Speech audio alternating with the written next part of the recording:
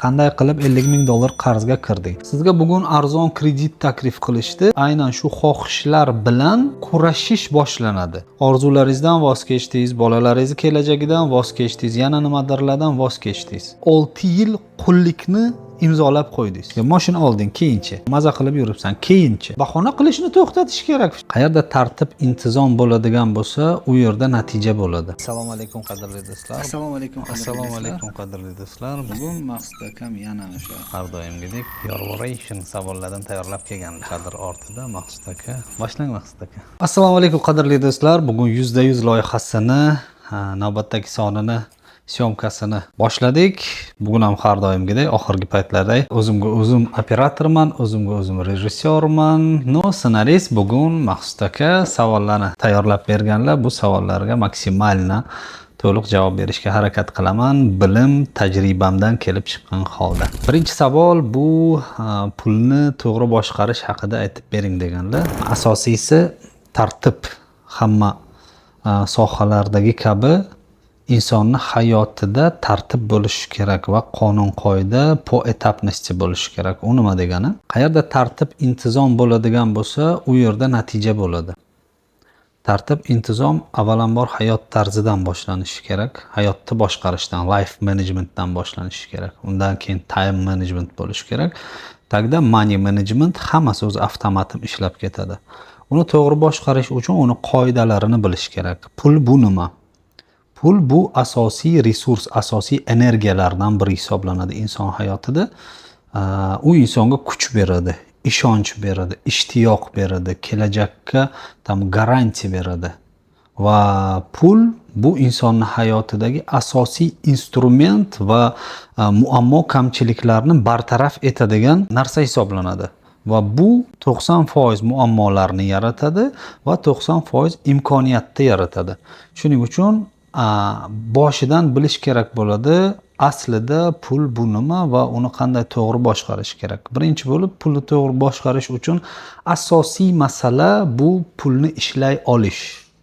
Bu bilan 90% insonlarda muammo yo'q. 90% insonlar pul ishlay oladi, qanday ishlashni bilishadi va ishlashadi ham. Ikkinchisi bu сохранение денег. Eng muhim qoidalardan biri pulni saqlay olish. Uchinchisi pulni ko'paytirish. Endi pulni ko'paytirish uchun unaqa ko'p mahorat kerak emas. Faqat saqlay olishni yuqori darajada bilgan inson pulni ko'proq saqlay oladi. Nima uchun deganda, pulni saqlay olish bu bir mahorat talab qiladi insondan nafsi bilan kurashish uchun. Chunki dunyo shunchalik o'zini jozibadorligi bilan insonlarni mahv etib qo'yganki, 3 yil oldin chiqqan iPhone 12 Pro Max hozirda umuman hech kimga kerak emas. Lekin o'sha paytda insonlar o'sha iPhone Pro Max'ni 12sini oxirgi model wow deb bor pullariga yo kredit qilib yo rasrochka qilib olishgan. Aynan shu narsalarga uchib qolmaslik uchun bu saqlash modelini bilish kerak bo'ladi. Siz yillar davomida pulni yig'asiz, tejaysiz, keyin bitta narsaga yo'qotib qo'yasiz. Bu asosiy muammolardan biri. Aynan shu muammo bo'lmasligi uchun nima qilish kerak deyilsa, birinchi o'rinda pul ishlashni bilish kerak, ikkinchisi saqlashni bilish kerak, uchinchisi ko'paytirishni bilish kerakligi haqida anglash kerak. Bildingiz, не вопрос. Endi uni hazm qilish kerak. Na samam деле pul topyapman. Pul topganimdan keyin bu pulni ko'paytirishim kerak. Okey, не вопрос. Ko'paytirish uchun nima kerak deyilsa, saqlay olishni mukammal darajada bilish kerak. Saqlay olish bu insondan birinchi bo'lib o'zi bilan o'zi, xohish, istaklari bilan kurashish uchun, jang uchun birinchi bo'lib vizov bo'ladi. Chunki siz bugun xohlayapsiz eng zo'r narsalarga erishishni. Bugun xohlayapsiz eng oxirgi model mashinalar haydab yurishni. Bugun xohlayapsiz farzandlaringiz yaxshi joylarda o'qishini. Bugun xohlayapsiz. Aynan shu xohishlar bilan kurashish boshlanadi saqlay olishda. Qachon qilaman deyilsa, qachon qilinadi na samam деле. Sizga bugun arzon kredit taklif qilishdi. Mana kecha Instagramda ko'rdim. $700 berasiz, Malibu'ni olasiz. 5 yilga tam muddatli to'lov bilan olyapsiz. Ni вопрос. Nima degani? Oson oldingiz, $500, $1000 topdingiz va uni berdingiz. Ana endi qolganini berish uchun siz o'zingizga 6 yil qullikni imzolab qo'ydingiz. Bo'ldi, siz boshingizni ko'tarishga, orzu havas qilishga, tam nimadirlarni xayol qilishga, dam olishga o'zingizga cheklovni qo'ydingiz. Chunki sizda asosiy muammo bor. Muammo har oy keladigan to'lovlarni to'lab borish. Bo'ldi. Aynan shu orzu saqlay olmaslik. Deylik siz o'sha pulni $500 dan qilib deylik 2 yilda yig'a olasiz, muammo yo'q. Lekin siz u narsani bez напряжение qilasiz. Orzuyingizga, havasingizga, tam qiladigan hayotingizdagi tarziga tam umuman xalaqit bermaydi. Siz o'sha narsaga ko'proq fokus qaratganingiz sari nima bo'ladi? O'sishga bo'lgan ishtiyoq pasayadi.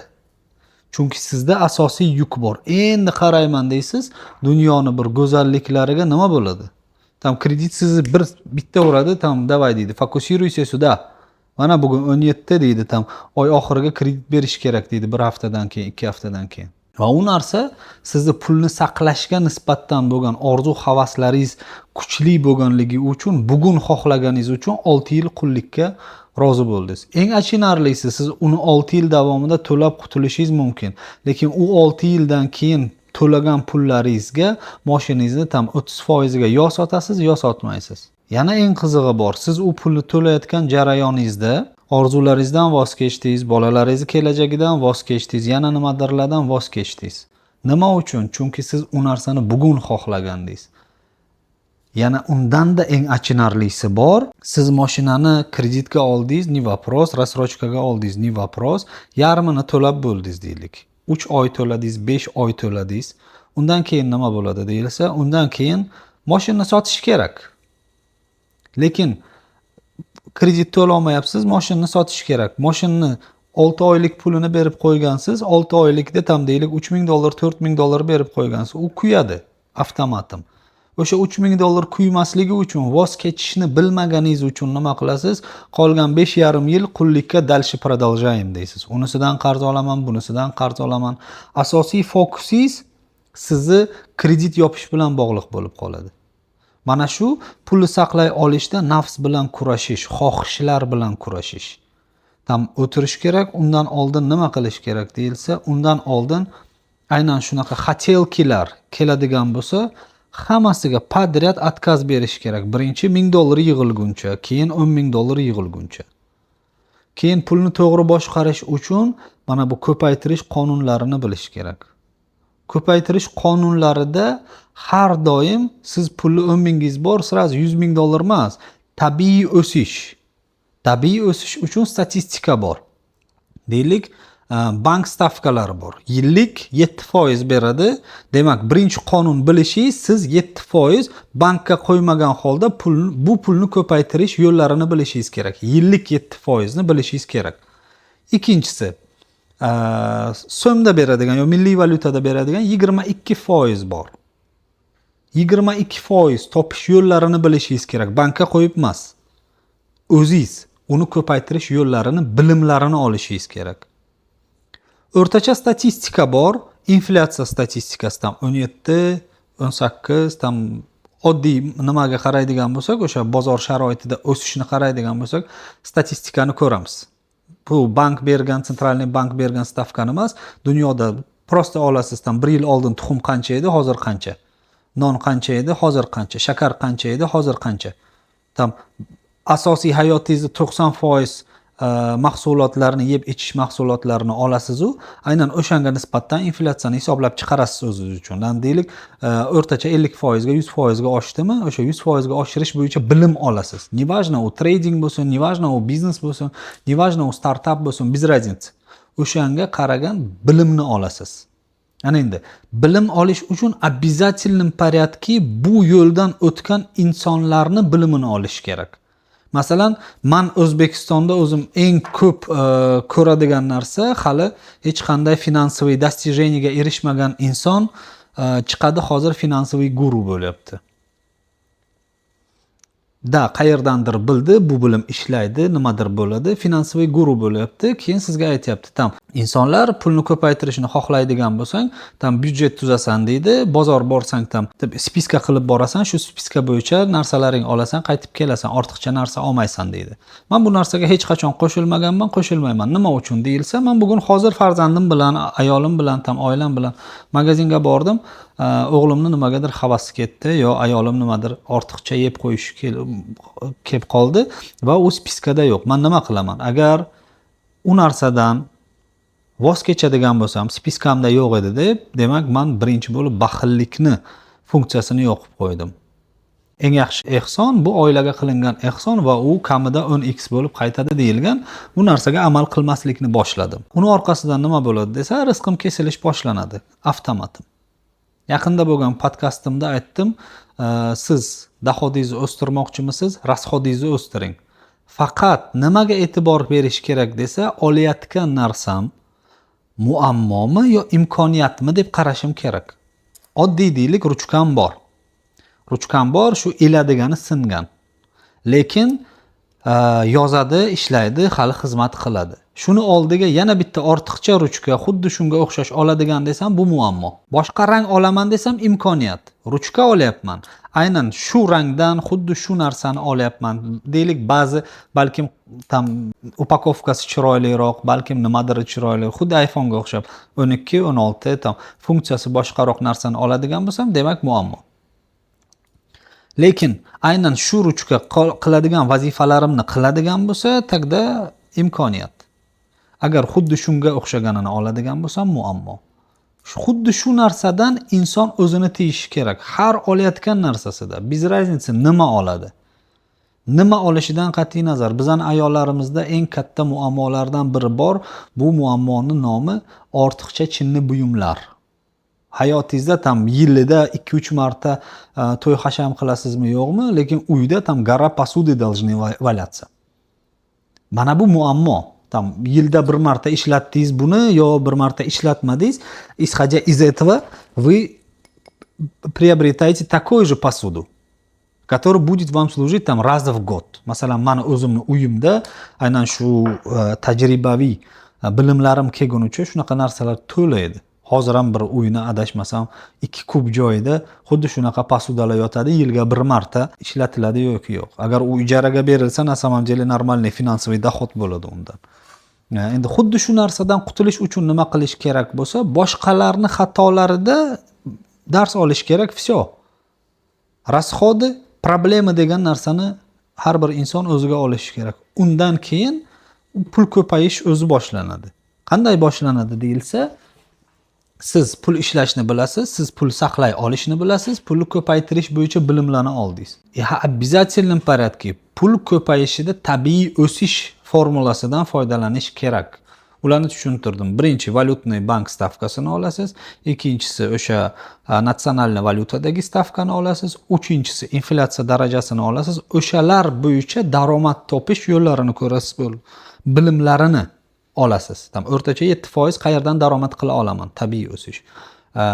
Valyutnida 22% o'sish, inflyatsiya tam 30-50% gacha o'sish tam bo'ldi.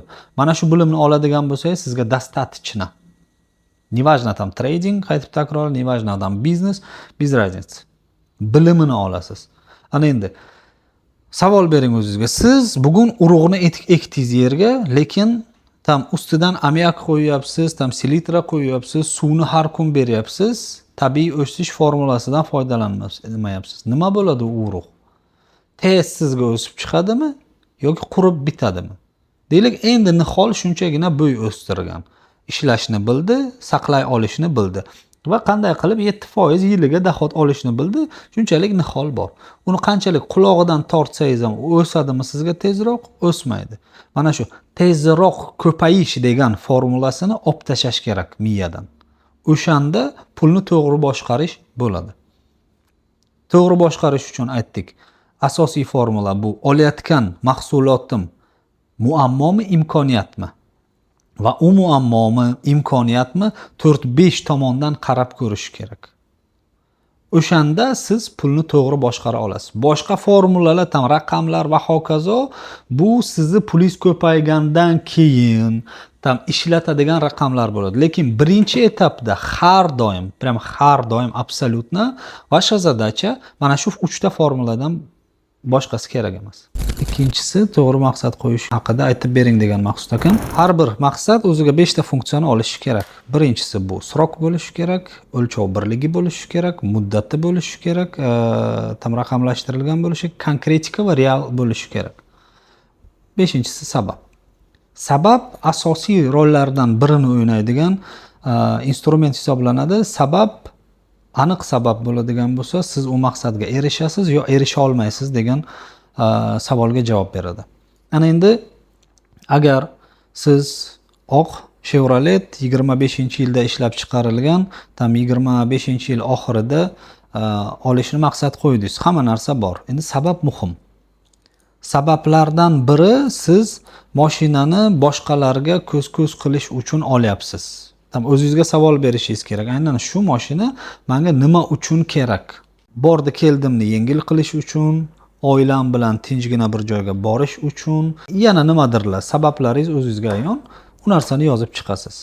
Ya'ni endi sabablaringizga e'tibor berasiz. Tam sabablaringiz haqiqatdan ham shu mashinani olmasangiz nima bo'ladi degan savolga javob beradigan bo'lsa, ba'zi birlar nima qiladi? Taksida yuraman, qiynalib ketdim. Tam o'zimning mashinam bo'lganda shu taksini pulini 30% tam mashinaga ketardi, 70% tejalib qolardi degan ma'noda tam mashina oladi. Va mashina olishni boya aytganimizdek tam kredit, tam rassrochka va hokazo qilib oladi. Qarz qilib olishi mumkin.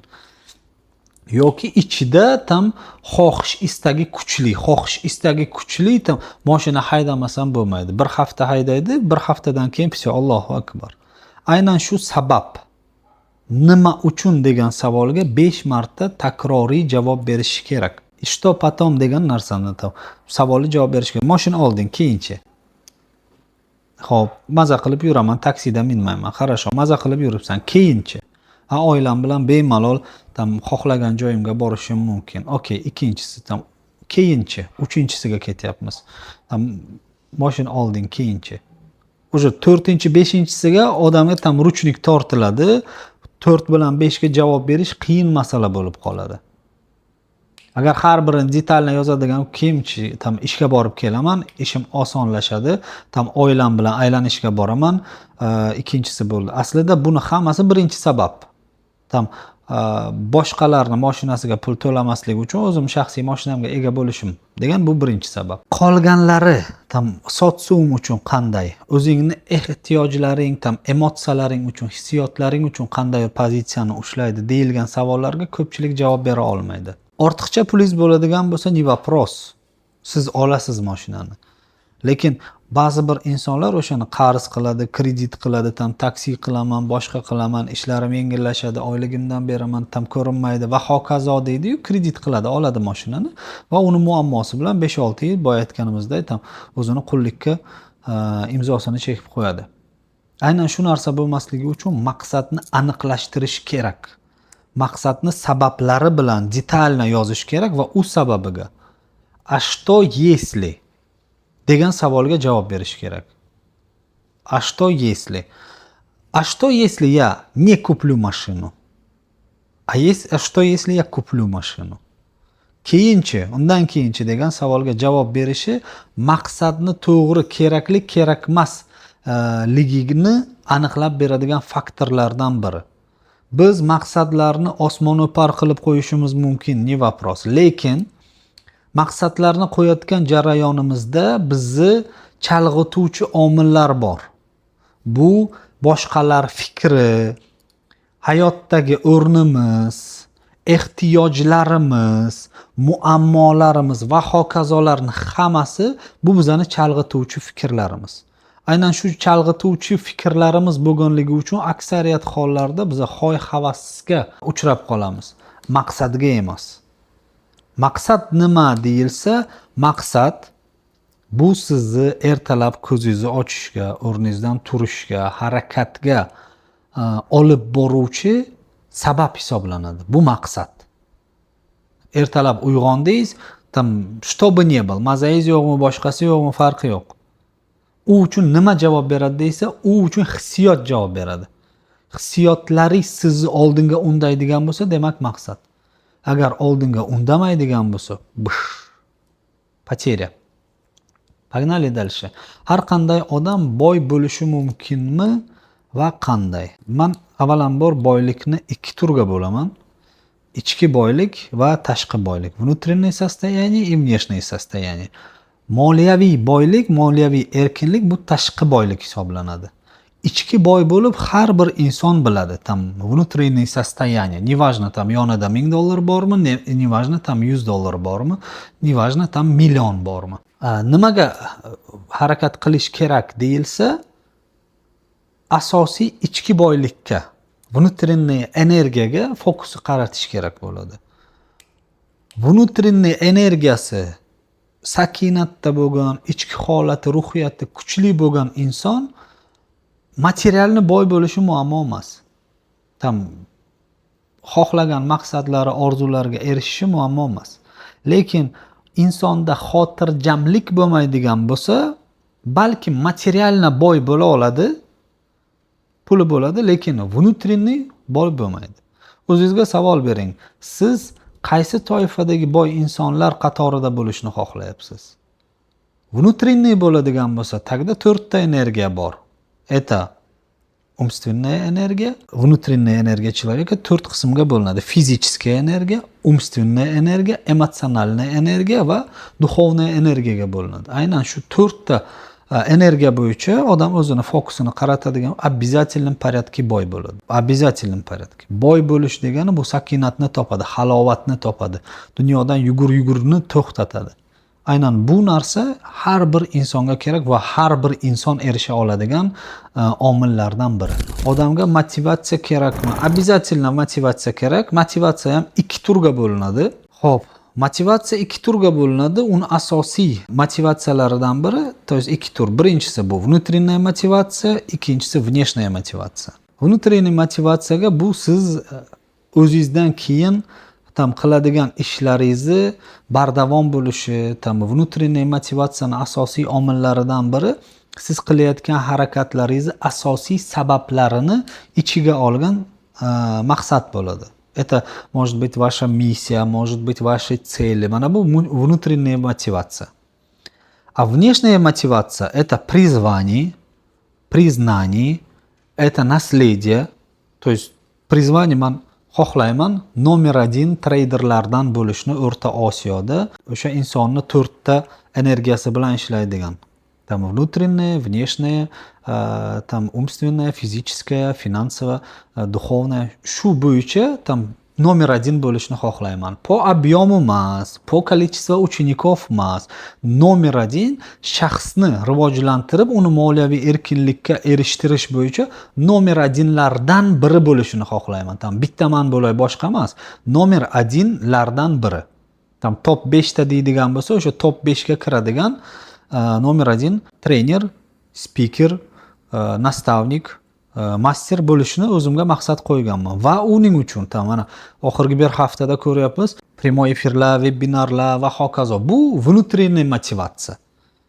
Buni men xohlayapman, majburligimdan qilish emas. Tam menga data qo'yilsa va o'sha dataga qilishim kerak ekan degan narsa yo'q. Mana bugun ishtiyoq bor shu narsani qilishga, внутренняя motivatsiya majburlayapti. Kamerani yoqyapman, savollarni oldimga qo'yapman, bum, zapisni boshlayapman. Это внутренняя motivatsiya. A внешняя motivatsiya nima deyilsa, kirdim YouTube'ga, qilgan kommentariyallarimni, tam videolarimni ostidagi kommentariyalarni o'qishni boshladim.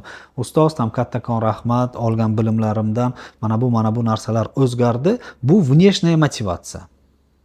Masalan, o'sha bizada 10 kunlik kriptovalyutni loyiha yozilganda, o'shanda insonlarning hayot tarzini videoga yozgani, yo reality shoudagilar hayot tarzi qanday o'zgarganini tam 1 minut ko'radigan bo'lsam, bu внешняя motivatsiya. Va yana внешняя motivatsiya har doim внутренняя motivatsiyani oshirib beradi. Aynan shuning uchun mana bu loyihalarni tam kengaytirish, takomillashtirish, yangi versiyalarini qilish, manfaatli qilish va hokazolar bo'yicha внутренний motivatsiya ko'proq внешний motivatsiyaga energiya beradi. Aksariyat insonlar внешний motivatsiyani oladi, tashqi motivatsiyani oladi. Tam kimnidir ko'rdi, u nimadirga erishgan, qandaydir hayot tarzida yashayapti. U inson ga o'xshab tam harakat qilish boshlaydi. Tam sport zalga yoziladi, tam ertalab vaqtli turadi, yana nimadir qiladi. Masalan, o'sha reality show loyihamizni oladigan bo'lsak, tam reality showda qatnashgan insonlar aksariyati внешняя motivatsiya orqali keladi va eng chempionlari внутренний motivatsiyasi eng kuchli bo'lganlari oxirigacha qoladi. Bo'lmaganlari tam birinchi, ikkinchi haftada уже tam deport, сразу avtomat. Aynan shu sразу oldindan bilish mumkin.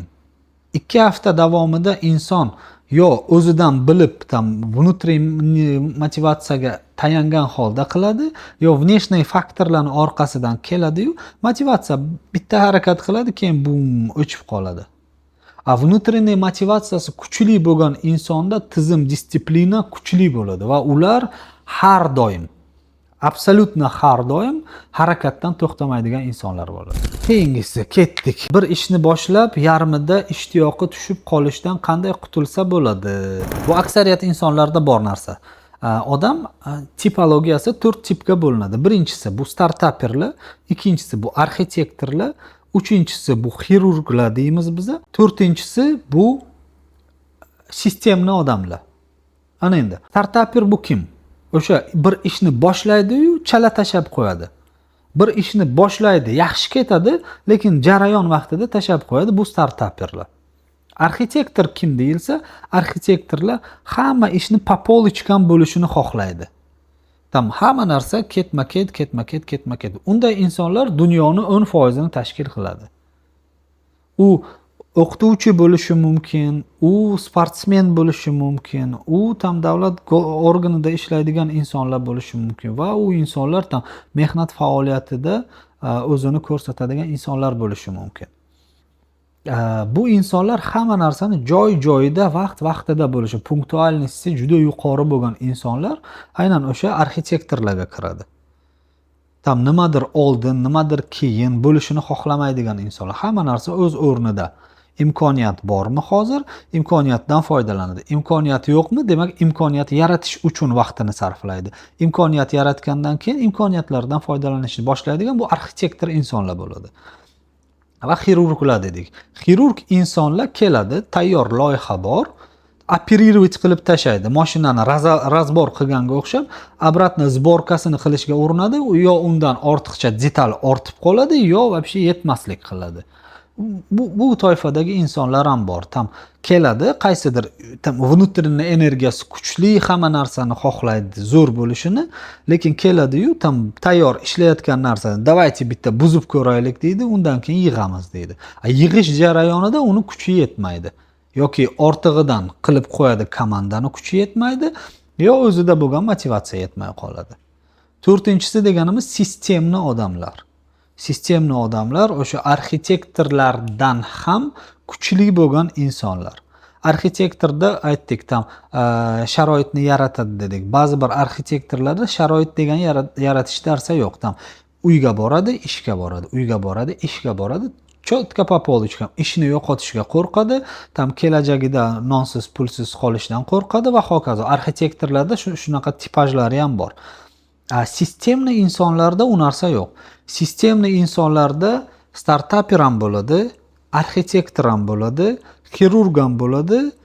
Mana shularni jamlanmasi bizga sistemli insonni yaratadi, tipologiyasini yaratadi. Yalqov odam deymiz, yalqov odam 4tasiga ham kirishi mumkin. Absolutno 4tasiga ham kirishi mumkin. Lekin davomiyligi bo'lganligi uchun unda определение yo'q. Leniviy deymiz. Bir ishlasa yaxshi ishlaydi, o'qisa yaxshi o'qiydi, lekin 4tasidan ham ozginadan bo'lganligi uchun tam bir boshlaydi, to'xtatib qo'yadi. Ana endi bir ishni boshlab, siz yarmiga chala tashab qo'yadigan bo'lsangiz, qaysi tipologiyadaligini bildingiz. To есть siz startapersiz. Хорошо.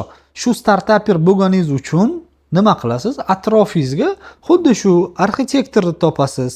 Tam bir ishni boshladingiz, birorta ish bizadan tam umrbod qoladigan ish emas. Hammasi tam передается другому. Yoki bizlar nimadirni yangisini kashf etmayapsiz. Kimdandir kelayotgan davom ettiryapmiz и все. Shu narsani anglagan inson hayotini bir bo'lagini o'sha qilayotgan jarayonida boshqa kishiga topshirishga ishonch bildirishi kerak. Chunki har bir insonning ichida nima bor? Mendan ko'ra yaxshi qila olmaydi degan narsa bor. Aynan shu narsa bo'lganligi uchun insonning ichida ishonchi bo'lganligi uchun mendan ko'ra hech kim yaxshi qila olmaydi deganligi uchun har doim chala tashab qo'yadi. Endi o'zingizga savol bering. Balkim sizda insondagi 3 ta kачествоni kopировать qilib bo'lmaydi. Bu uning ichidagi fikrni, долгосрочный planlarini va insonni o'zini kopировать qilib bo'lmaydi. То есть uchalasi ham individualniy har bir insonda mujassam bo'lgan holatlardan biri. Ana endi agar har doim mendan ko'ra yaxshi bilim bera olmaydi deb kuratorlarimga imkon bermaydigan bo'lsam, demak, ma'lum muddatdan keyin mana o'sha ishlash ishtiyoqim to'xtaydi va dunyo bu narsadan mahrum bo'lib qoladi. Buni plus tomonlari va minus tomonlari ham bo'lishi mumkin. Lekin men o'zimda bor kuchli tomonlarimni ishlatgan holda va o'zimni kuratorlarimga bu narsaning imkoniyatini yaratib bersam, uni o'sha har bir kuratorimni 4 ta kuchli to есть tipajidan kelib chiqqan holda startapermi, arxitektormi, yo xirurgmi, yo tam sistemni odamligidan kelib chiqqan holda vazifasini beradigan bo'lsam, taqda men qilayotgan ishlar bardavom bo'ladi. Va u insonlar ham o'ziga o'xshagan tam yangi insonlarni atrofimizga yig'a oladi. Aynan shu sizda kamchilik bo'ladigan bo'lsa, siz boshlagan ishni davom ettiruvchi tipajga to'g'ri keladigan insonga topshiringiz kerak и все. O'shanda birorta ishingiz chala qolmaydi. Bahona qilishdan qutulish uchun nima maslahat berasiz? Bahona qilishni to'xtatish kerak. Shu javobgarlikni bo'yinga olish kerak. Bahona nima? Оправдание deymiz. 4 правила О. Не оправдываться, не осуждать, не обвинять, не оскорблять. То есть xuddi shu narsa bo'lishi kerak. Не оправдываться. Hech qachon tam bahona topmaslik kerak. Aynan shu правила bo'lganligi uchun siz hech qachon не будете обсуждать, не будете осуждать, не будете оправдываться и не будете обвинять. Mana bu narsa har doim har bir insonda bo'lishi kerak. Agar shu narsa bo'ladigan bo'lsa, siz nima qilasiz? Javobgarlikni bo'yningizga olasiz va bahonalarni to'xtatasiz. To есть hozir bo'layotgan holat yoqmayaptimi? Okey, pauza olasiz. Nima uchun yoqmayapti? Tam charchadingiz, resurs yetishmayapti, tam komanda yetishmayapti va hokazo. Hammasini olasiz, yozib qo'yasiz. Ikkinchi savol. Oddiy да или нет formulasi. Есть ли проблема? Да, есть. Там, значит, что мешает тебе решить эту проблему? Есть ли выход из этой проблемы? Тоже да или нет. Shundan kelib chiqqan holda дальше ketaverasiz. В чем проблема? Oddiy savol. В чем проблема? Проблема есть, например, там bir ish bor, siz qilishingiz kerak, lekin sizga yetarli resurs yo'q. В чем проблема degan savolni qo'ydingiz. Ketdik дальше. Там komanda yetishmayapti, u yetishmayapti, bu yetishmayapti, ketdik. В чем проблема deb yana yozdingiz. Agar нет проблемы bo'ladigan bo'lsa, то же самое. В чем проблема тогда? Muammo yechildi. Oddiy olaman. Men hozir boshqa davlatdaman, lekin offline o'qiydigan insonlar bor. Offline o'qimoqchiman desa, в чем проблема deb yozaman. Toshkent, Samarqand, Buxoroda yashamayman. Okey, в чем проблема? Menga o'sha yoqqa borish muammo. Shu narsani aytyapti. В чем проблема dedim. Men Farg'onada yashayman, Namanganda yashayman, Xorazmda yashayman. Buxoro, Samarqand, Toshkentga offline o'qishingizga bora olmayapman. В чем проблема deyildi. Muammo nimada? Pulim yetishmaydi, dedi odam. Yana o'sha savol. В чем проблема тогда, чтобы у тебя деньги были? Ha, ishim yo'q. Ishing bo'lmasa, в чем проблема? Ish yo'q. Bu уже bahona.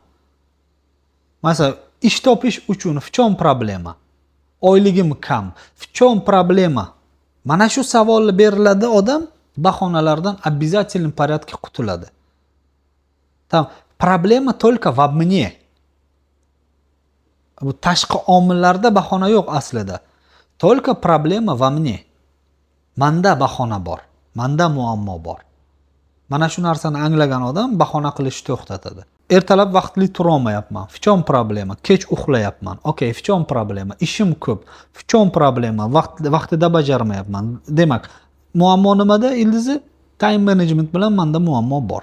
Demak, zadachalarni qachondir vaqtida bajarmadim. Vaqtida bajarmaganligim sababli nima bo'lyapti? Muammolar to'xtamayapti. Demak, nima qilish kerak? Sistemu надо создавать по очереди, eng kichik muammolardan boshlab kattasiga qarab borish kerak. Agar muammoni eng ko'pi vaqtingizni oladigan katta muammo bo'ladigan bo'lsa, katta muammoni yechish kerak, keyin kichkinalarni yechish kerak. Bo'ldi. На самом деле проблема не проблема. Есть просто человек, который создает проблему. Все. Birovlarni gapiga qarab ish qilish to'g'rimi? Ikki xil toifadagi inson bor. Tajribasidan o'tgan inson bor, tajribasida o'tilmagan, lekin boshqalarni tajribasini ko'rgan inson bor. Aynan shunaqa bo'ladigan bo'lsa, nima qilinadi? Tajribasi, masalan, siz menga aytadigan bo'lsangiz, Umid aka, tradingga kirmoqchiman. To'g'ri qaror qabul qilyapmanmi? Deyilsa, men sirazi keyin qarshi savol beraman, chunki tajribamda bor. Siz nima xohlayapsiz tradingdan? Qancha vaqt sarflaysiz? Bilim olishga va natija olishga qancha vaqt sarflamoqchisiz deyman. Sirazi bu savollarimga javob olgandan keyin kerak emas degan javobni beraman. Masalan, siz aytishingiz mumkin. Qaysidir davlat tashkilotida yoki qaysidir ishxonada ishlayapman, 5 million, 6 million oylik olyapman, lekin ko'proq daromad olishni istayapman. Buning uchun nima? Ishdan ketmoqchiman, trading bilan shug'ullanmoqchiman deyilsa, men nima deyman? Nima uchun trading bilan shug'ullanmoqchisiz? Hayotiy maqsadlarim katta, farzandlarim kelajagiga bee'tibor emasman, yana o'zimning sabablarim bor. Okey. Qancha vaqt ajratasiz bilim olishga deyman. Okey, siz aytasiz menga 6 oy vaqt ajrata olaman. Yaxshi. 6 oyda men sizga reglament bo'yicha tuzib berishim mumkin bo'ladi. Asosiy ishingizdan keyinchalik увольнение qilib ketishingiz uchun. Uchinchisi, xuddi shu vaqt davomida agar hozir ketadigan bo'lsangiz, podushka безопасности sizda bormi, yo'qmi? O'xshamay qolsa B plan bormi, yo'qmi? degan savolni beraman.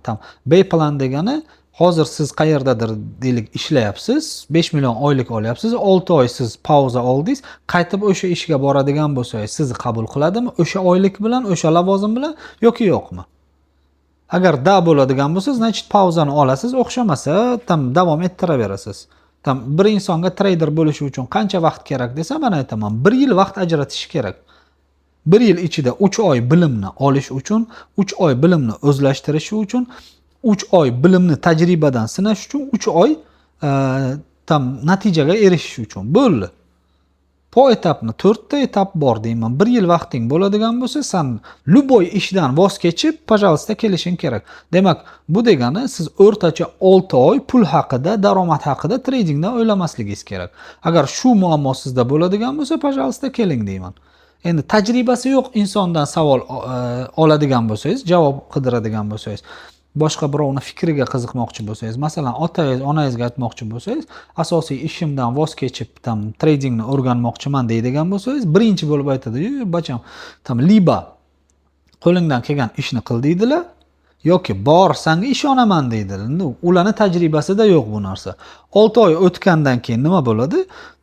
Birinchi 3 oylikni o'zida sen nima qilding, nimaga erishding, oldingi ishlab yurgan ishlaring yaxshimi edi va hokazolar boshlanadi. Sen uddala olmaysan degan narsalar boshlanadi. Uni orqasidan sizga bo'lgan ishonch, sizga bo'lgan motivatsiya so'nadi. Va mana shu holatlarni inobatga olgan holda siz insonlarning gapiga quloq solishingiz mumkin. Masalan, ota-onangiz bilan nimani maslahat qilsangiz bo'ladi, fikrlariga quloq solsangiz bo'ladi.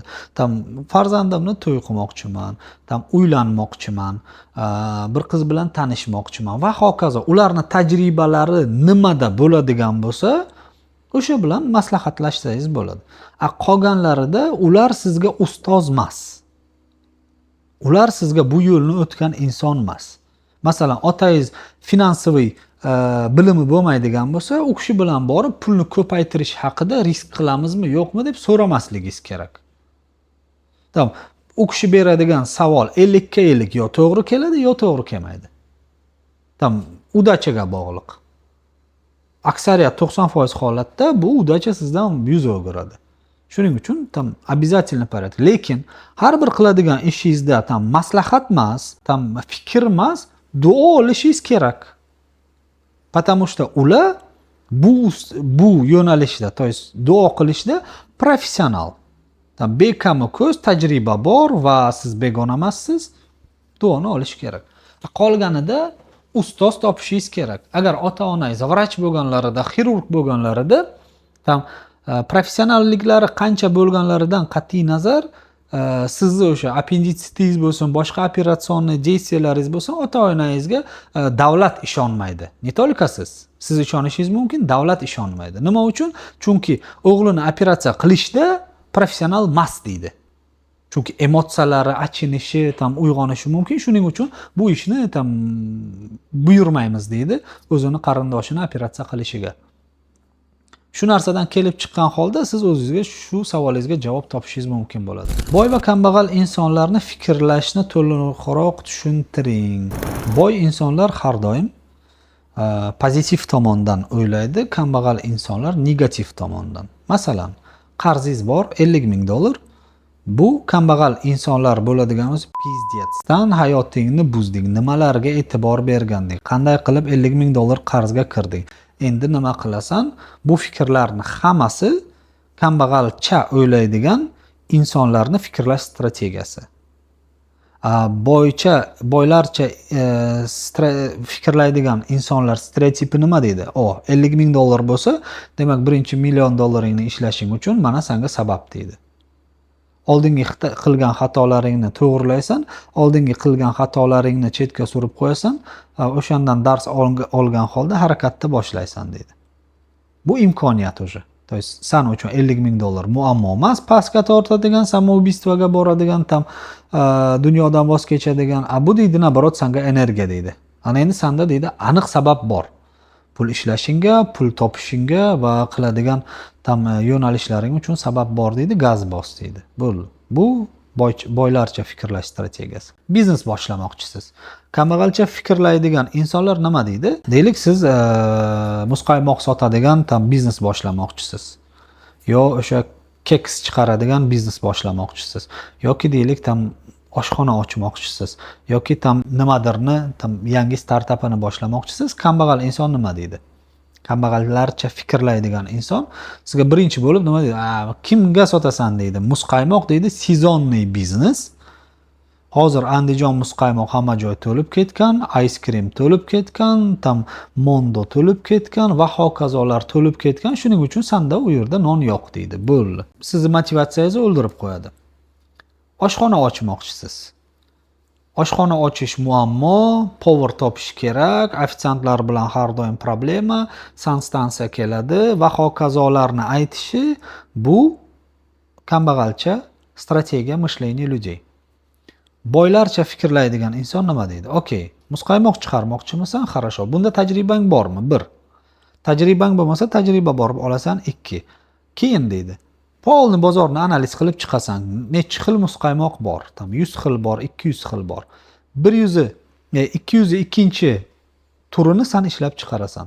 U yerda insonga beradigan hissiyot bo'lishi kerak, insonga beradigan tam bo'lishi kerak, boshqalarda yo'q unikalniy tam торговый предложение senda bo'lishi kerak degan ideyani beradi. To есть muammoni emas, imkoniyatni sizga ko'rsatadi. Bu boylarcha fikrlash. Xuddi o'shanga o'xshab tam oshxona ochmoqchisiz, oshxonada tajriba bormi, bilim bormi, resurs bormi degan narsani so'raydi va aynan o'sha sanstansiya, soliq va hokazolarni inobatga olgan holda sizga yo'l yo'riq ko'rsatadi.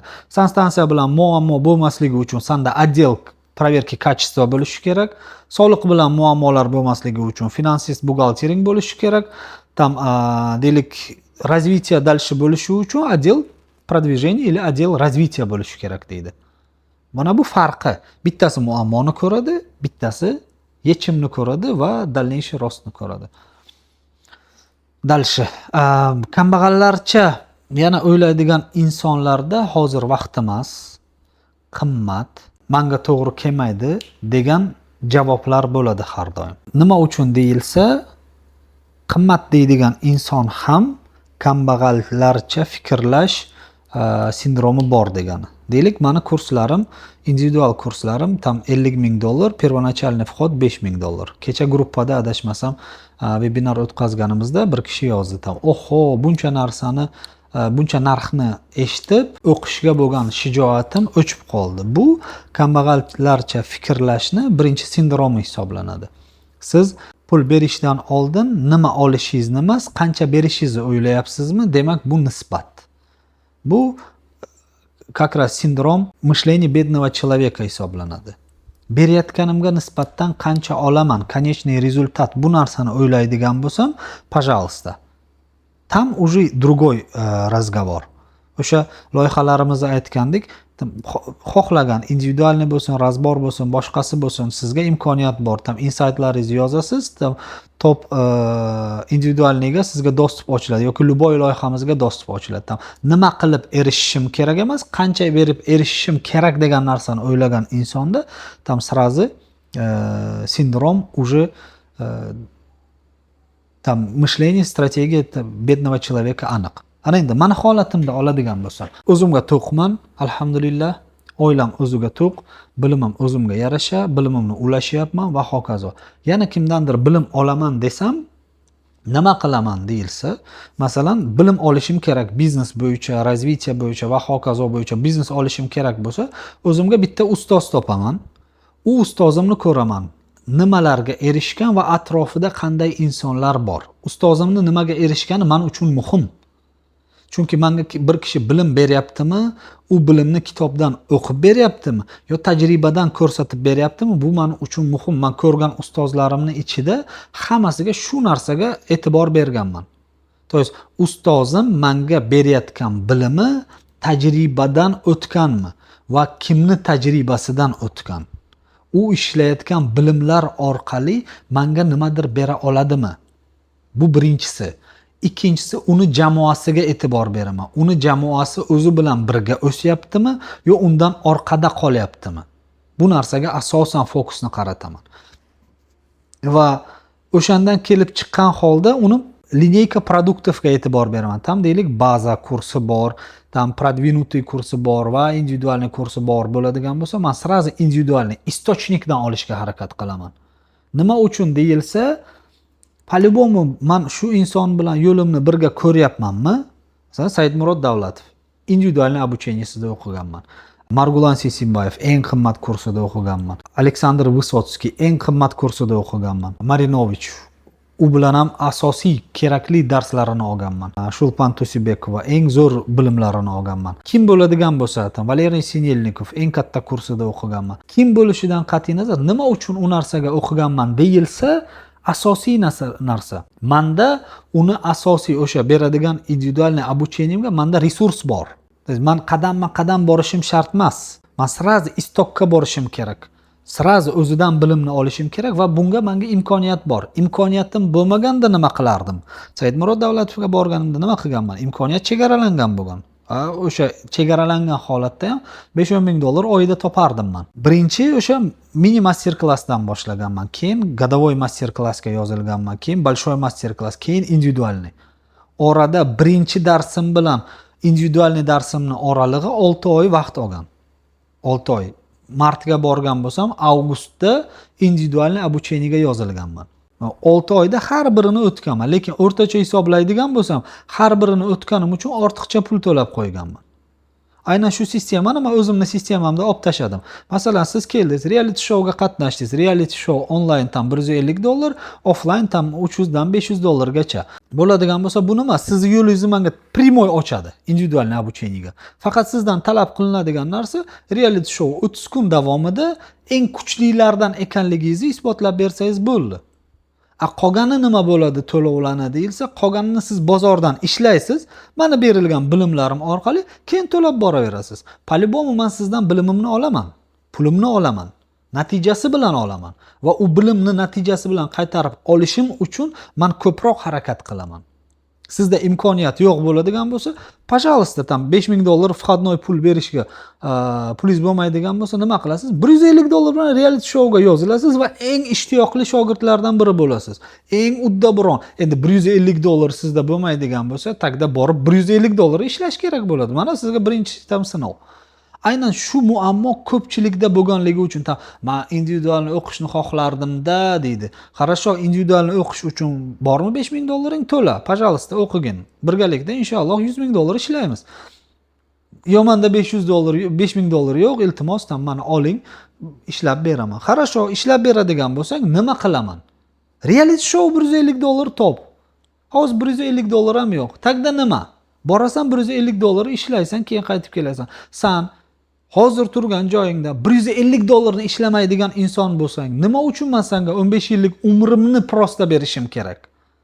Mana bu savol prosta filtr bo'lib xizmat qiladi. Aynan shu narsa insonni bahonalaridan, kambag'allik fikrlashidan prosta kesib qo'yadigan jarayonlardan biri bo'ladi. Ba'zi bir insonlar o'ylaydi, ana shunday отказ berganimizni biza puli yo'q, imkoniyati yo'q insonlarga qattiq gapiramiz va hokazo deydi. Na samam деле bu qattiq gapirish emas, bu haqiqat.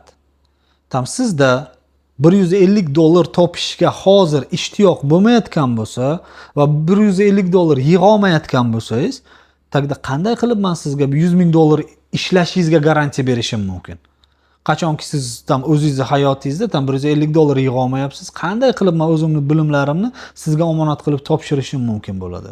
Mana shu oddiy narsa filtr. Tavakkal qilish haqida aytib bering. Alloh avvalambor tavakkulchilarni yaxshi ko'radi va tavakkulchilarga ko'proq beradi.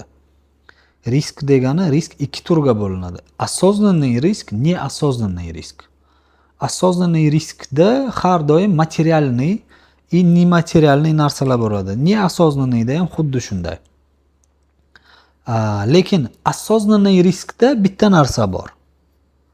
По-любому вознаграждение bor.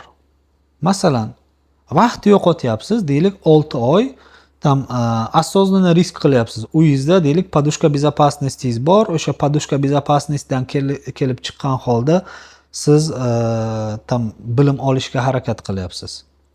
Bu asosiy ishdan voz kechdingiz, riskka bordingiz. Ana endi buni orqasidan по-любому sizga kerakli вознаграждение bo'ladi. Balkim u materialni bo'ladi, balkim nematerialni bo'ladi. Siz o'sha narsani anglaydigan bo'lsangiz va tavakkal qilishdan qo'rqmaydigan bo'lsangiz, пожалуйста, вы принимаете свою судьбу как есть. То есть natijasi sizga qiziq emas. Chunki natija bo'lishiga aniq ishongan odam natijaga erishadi. Aniq ishongan odam. To есть 6 oy vaqtimni ajrataman va tayyorlanaman, natija aniq bo'ladi. Endi bu narsani sport bilan tushuntiraman. Bizani eng zo'r boksyorlarimizdan biri, buni mana ham yurtim, ham shaharim Shahram Giyasovni oladigan bo'lsak, hozir 66, где-то 70 atrofida весовой kategoriyada hozir ringga chiqyapti. Bu vesti kategoriyadagi insonlar bormi? Bor. Ana endi 6 oy vaqt kerak desa, tayyorlanishga, ringga chiqishingga, хотя бы sparingga chiqishing uchun 6 oy vaqt kerak desa, sen tayyorlanishing kerak deyildi. Tayyorlandingiz, chiqdingiz, ringga yedingiz, yiqildingiz, tushdingiz. Sizda 6 oyda olingan bagaj bor. Fizическая forma bor, fizическая подготовка bor. Yutqazgan to есть natija minus, sizni qoniqtirmaydigan natija. Lekin uni ham pluslari bor. Ana shu narsani bilgan odam har doim risk qilishdan qo'rqmaydi. Bu осознанный risk. Ba'zi bir insonlar bor, осознанный risk qilyapman deb pulini borini oladi, tars qo'yadi. Katta lot bilan ochadi, biznes boshlab qo'yadi va hokazo. U insonlar nima bo'ladi deyilsa, u insonlar осознанный riskka boryapti. Неосознанно degani nima? Oxirini o'ylamasdan. Hozir 10 ming dollarim bor, 10 ming dollarimni hozir bozorga qo'yaman, 100 ming dollar nadeyitsa qilib kiryapti. Nadeyitsa qilish uchun nima qilish kerak deyilsa, oxirini o'ylash kerak. O'xshasa nima bo'ladi, o'xshamasa nima bo'ladi? Aynan o'xshashi uchun nima qilish kerak deyilsa, o'xshashi uchun обязательном порядке oqibatlarini o'ylash kerak, последствияlarini o'ylash kerak. 10 ming dollarni yo'qotding. $10,000 yo'qotganingda qarzga botishing mumkin, oilang nonsiz qolishi mumkin va hokazo. $10,000 nimalar olishing mumkinligini haqida o'ylamaysan. Chunki sen omading, bu narsani risk qilding. Nimalar bo'lishini o'ylash kerak. $10,000 pulingiz bor, o'xshamadi, birinchi o'rinda tam yomon tomonlari nimalar qoldi sizda? Va последствияsi qanaqa bo'ladi? Qarzga botdingiz. Qarzga botganingizda uyqudan halovat qochadi. Halovat qochganda fikrlash pasayib ketadi. Ikkinchisi, tinchlik yo'qoladi. Tinchlik orqasidan hayotda yashash bo'lgan umid yo'qoladi. Aynan shularni o'ylagan inson bu stop deydi. Сейчас не время deydi. Осознанно tam risk qilishga не время deydi. Nima qilaman deydi. Tagda $1000 risk qilaman deydi. $1000 qaraydi, taroziga solib qo'yadi, unaqa katta risk emas. Uni yashab ko'radi. $9,000 bor. Undan stabilna ishlab ketishni strategiyasini tuzadi, yo'lini ko'radi, tam unga qarab risk qiladi. Mana bu insonni tam risklarini boshqarish haqida, tavakkulligini boshqarish haqidagi instrumentlar hisoblanadi. Boylikdan kambag'al odamga aylanganlarning xatosi nimada bo'lgan? Aynan shu. Risk, tavakkalchilikni boshqara olmagan va uni hazm qila olmagan insonlar, o'zini kelajagini o'ylamaydigan insonlar. Bu narsani ham sport bilan tushuntiraman. Deylik, bir inson sport bilan shug'ullanyapti-yu, pohodu tam o'zini mahallasida chempion bo'lyapti, zalida chempion bo'lyapti, tam respublika okrugida chempion bo'lyapti, davlatida chempion bo'lyapti, Osiyoga chiqyapti, chempion bo'lyapti, jahonga chiqyapti, chempion bo'lyapti, olimpiyaga chiqyapti, chempion bo'lyapti. Lekin keyingi qadamlari nimadaligini ko'rmayapti. Ba'zi bir olimpiyskiy chempionlar bor, tam 3 ta 4 ta olimpiyskiy chempionni oladi. Ba'zi birlari bitta olimpiyskiy chempionni oladi, shu bilan ko'rinmay ketadi. Tam unaqalar istoriyada juda ham ko'p. Yo alkash bo'lgan, yo narkoman bo'lgan. Nima uchun desa, keyingi qadam nimaligini bilmagan. Cho'qqiga chiqdi, orqaga qarayapti, yaxshigina yo'lni ko'ryapti. Lekin oldinga yo'l ko'rmayapti, jarlik ko'ryapti. Oldindagi yo'lni har bir inson o'zi tuza olmaganligi sababli qaysidir cho'qqiga chiqadi-yu va undan kalla tashlaydi. Aynan shunga o'xshab, o'sha boylikdan kambag'alga aylangan odamni ham дальнейший действияga bo'lgan harakati qolmagan. Okey, chempion bo'ldim, nima qilaman? Chempion bo'lmadim, nima qilaman? Aynan shu narsani savol bermagan insonlar eng katta xatoga yo'l qo'yadi. Shuning uchun qaysidir, nevajna, o'zingiz xohlagan marraga erishdingizmi, xohlamagan marrangizga erishdingizmi, biz razница. Siz qiladigan asosiy narsalardan biri bu, oldingizga maqsadni qo'ydingizmi, keyingi maqsadga erishishdan salgina oldinroq keyingi maqsad haqida bosh qotirishni boshlash kerak. Agar sizni maqsadlaringiz oldingi maqsadingizga nisbatan o'smaydigan bo'lsa, demak jarlik garantiya. Izohlarda Xudo xohlasa javoblaringizni yozib qoldiringlar. Qanchalik sizlarga ma'qul bo'ldi? 100% loyihamizni keyingi sonlarida ko'rishguncha, keyingi sonlarida Xudo xohlasa obunachilarimizdan kelgan savollarga javob berishga harakat qilaman. Hammaga xayrli kun va yaxshi maqsadlar orqali olg'a qadam qo'yishni tilab qolaman. O'zlaringiz ehtiyot qilinglar. Yaxshilikda ko'rishguncha. Assalomu alaykum qadrli do'stlar. Assalomu alaykum qadrli do'stlar. Bugun Maqsud akam yana o'sha har doimgidek Yorvoration savollardan tayyorlab kelgan kadr ortida Maqsud aka. Boshlang Maqsud aka.